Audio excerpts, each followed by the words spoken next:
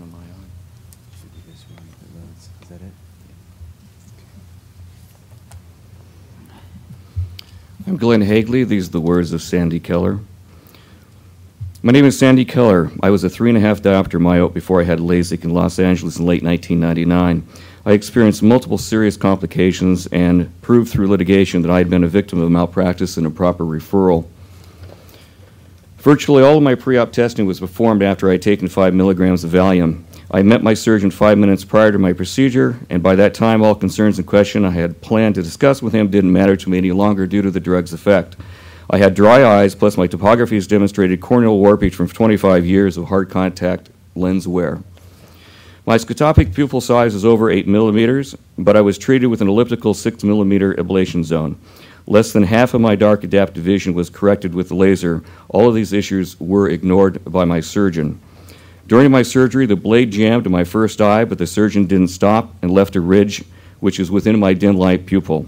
By 28 hours post-op, inflammation had begun to infiltrate my right cornea, which my optometrist did not recognize as diffuse lamellar keratitis, or DLK. By 1 week post-op, I had grade 4 DLK, and 1/3 of my cornea had been digested. More or less blind in the right eye, I was finally referred back to my surgeon, who blamed my optometrist for the advanced stage of destruction.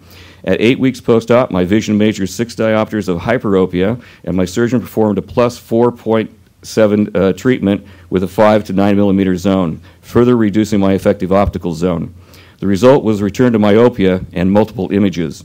Eventually, I found the website, which is now Vision Surgery Rehab Network, with stories of many other patients who had been damaged by laser eye surgery. I realized that I had several contraindications for LASIK. My trusted optometrist of 14 years had told me that I was an excellent candidate and referred me to a rookie surgeon, although I had made it clear that I would pay for the best. I later discovered that he had a financial interest in the laser center I was sent to, and that he received $1,100 for referring me, although my surgeon was paid $900 to perform the surgery. The betrayal I felt was immense and disturbed me so deeply that I was unable to fall asleep at night. I would stay up until 2 a.m. or later most nights seeking information and emotional support on the internet.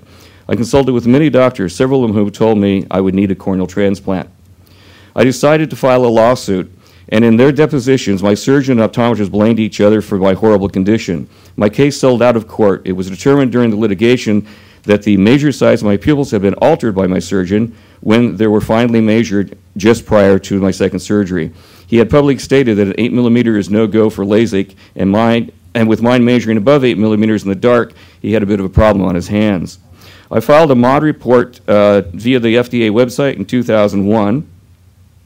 A few months later, I discovered that the disposition was that there was no record of me, and according to the laser center where my surgery was performed, I didn't exist.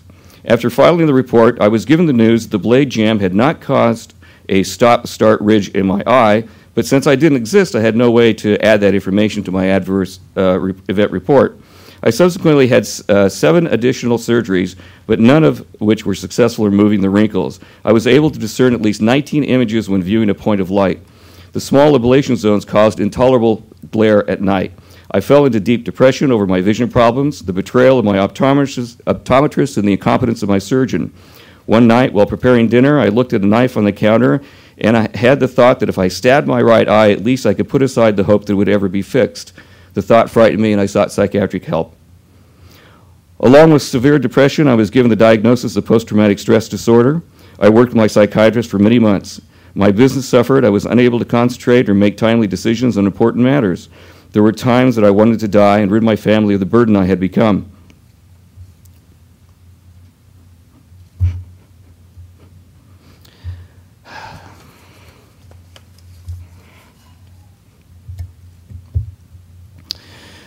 The hypercorrection my surgeon performed caused the DLK. Didn't end up with 3.5 diopters of myopia. I'm sorry.